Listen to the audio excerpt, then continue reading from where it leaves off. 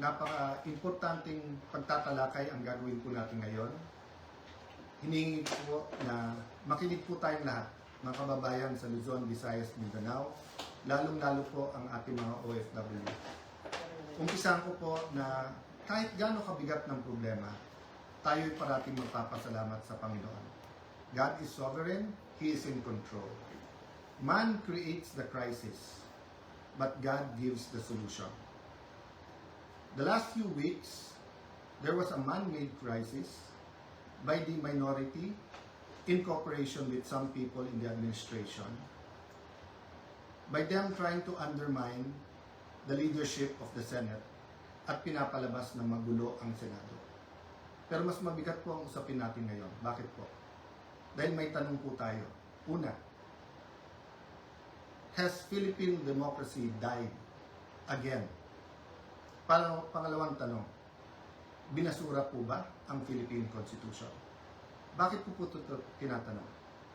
Simple po, ang nakalagay sa konstitusyon ng Pilipinas, pwedeng mag-conduct ng business ang Senado by a majority of all its members. Ang majority po ng 24 ay 13 po. 13 po ang numero. Yung sinasabi po nilang kaso, yung po ay ibang-iba. Nag-adjourn po kami nung nag-walk out sila. So that means they have to call the roll at kailangan 13. Yung binabanggit nilang kaso po, inahamon ko lahat ng abogado. It is not applicable kasi doon po tuloy-tuloy yung sesyon. Tinigil tapos sinabing may continuing quorum po sila. Tayo po, malinaw na malinaw sa records, ay adjourn last Tuesday at sinabi na tayo ay muling magre-resume ng alas 5 nung Lunes. So, what is the point of going through this? The question we have to ask ourselves is that, is the Constitution but a piece of paper to this administration? Has the judiciary ceased to function? Wala na bang Senado? Yun na po ba ang pananaw ng ating administrasyon? Ang tingin ba po ng 12 senador ay basta't kakampi mo ang Malacanang ay wala ng batas? Kung titingnan niyo po ang Rule 1 and 2 ng Senado na ayon to sa Philippine Constitution, para i-elect ang Senate President at ang Senate President Pro Tem or Pro Tempore ay kailangan po 13. So, paano po nila alisin si Senator Loren Legarda kung 12 lang po sila? At mapapakita po sa inyo na gusto nilang i-control ang premises ng Senado at gusto po nilang hindi mag-hearing ang Blue Ribbon Committee bukas sapagkat ay binasa po nilang rule para magkaroon po ng acting Senate President. Kailan po ba pwede magkaroon ng acting Senate President? Babasahin ko po sa inyong rule. Sabi po, in cases specified in subparagraph C of Section 4 of the rule, the President Pro Tem shall serve as acting President until the Senate shall have elected a new President. Hindi po sila maka-elect ng new President dahil wala po silang 13. Ulitin ko po, pag may 13 po sila, ako pa mag-o-oath sa kanila. Bibilisan ko po na ibibigay sa kanila. Wala po silang 13. So ano yung rule po? The President Pro Tempore shall discharge the powers and duties of the President in the following cases, A, B, C. But she or he shall only become acting President in the case of subsection C, which says, in the event of resignation, hindi po tayo nagre-resign. Removal, hindi po nila ako naalis. Death, buhay pa naman po siguro ako, hindi po AI ito. Hindi po AI ang kumakausap sa inyo ngayon, buhay pa ho ako. Absolute incapacity. Siguro naman po nakikita nyo, nakakapag-isip po ako, nakakapagsalita po ako. So wala pong ground para magkaroon ng acting president. This is an illegal coup d'etat na may kasamang pagbabasura ng ating konstitusyon. I warned everyone about this from day one. We warned everyone yesterday when we explained the use of the parliamentary tool of not having a quorum. And kaninang tanghali, habang kausap ko po si Senator Marcoleta, I asked everyone, please pray. Kasi at that time, balita po namin na nag-step up sila sa pagsasabing wala na yung kaso nyo, sumama lang kayo or pumunta lang kayo ng session hall. I even got a text yesterday, pumunta lang daw ako or si Senator Loren para nga at least mag-open and close. Nangyayari po minsan yan, that's a longer story. Pero naramdaman ko na po kahapon na baka may isang dumating, so 12 plus 1 equals 13. So 12 pa rin po ngayon, ay pang-11 pa rin po. Dahil sa ating konstitusyon, sa ating rules of the Senate, kailangan pong 13. Hindi po kami nagpipilit sa kapangyarihan. I can go as Senate President, even as Senator anytime. Hindi po ba ako lang ang katangi-tangi sa mga matataas na opisyal na nung nangyari yung flood control scam ay nagsabi, ba't hindi na lang tayo lahat mag-resign?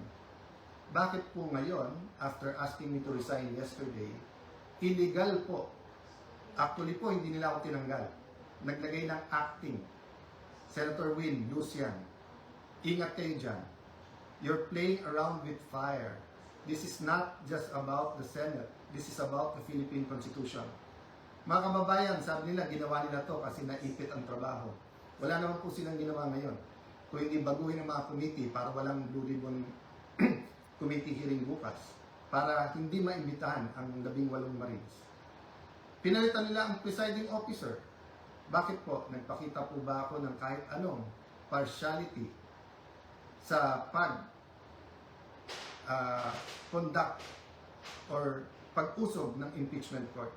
Alam niyo po, madidelay po ang impeachment sapagkat pag pinalitan ang rules ay kailangan pa ho na magkaroon ng publication.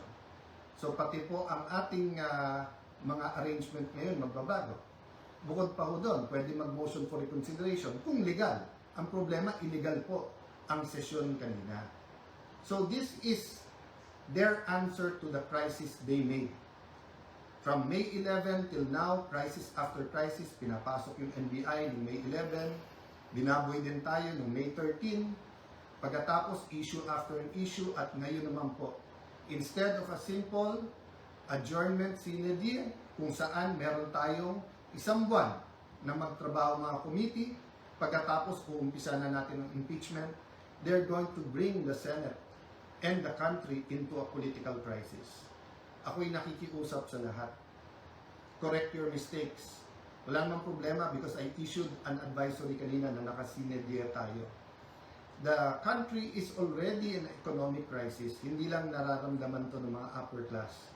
The world is in crisis because of what's happening in Israel, Iran, US, in what's happening with that conflict.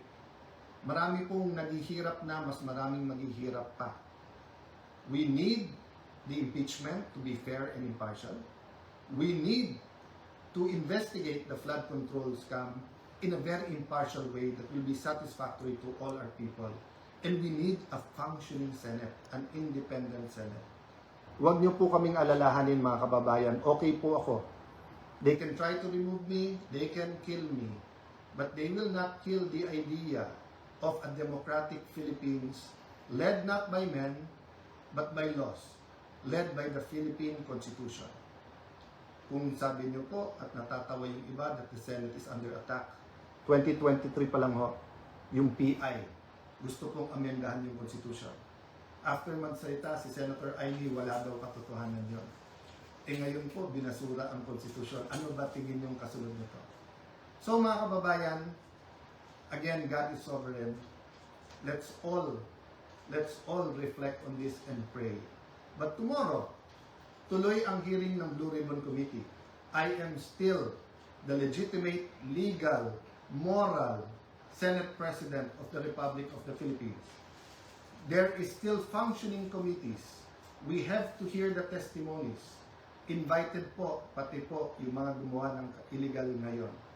You can try to stop us, but you will be stopping the Filipino people. So sa ating mga kababayan who wants to pray or have a prayer vigil sa Senado bukas, pumunta po kayo. Pag hindi po kami pinapasok, sama-sama na po tayo outside the kulambo. Ang problema po, pag in-outside nyo dakulambo ang mga legitimate leaders ng Senado, para nyo na pong sinabing sinunog nyo po ang Philippine Constitution. Sana naman po, tonight, makapag-isip-isip ang mga gumagawa nito. Again, sincerely po, we pray for all of our leaders and we tell everyone here, let's pray for our country and may God bless the Philippines.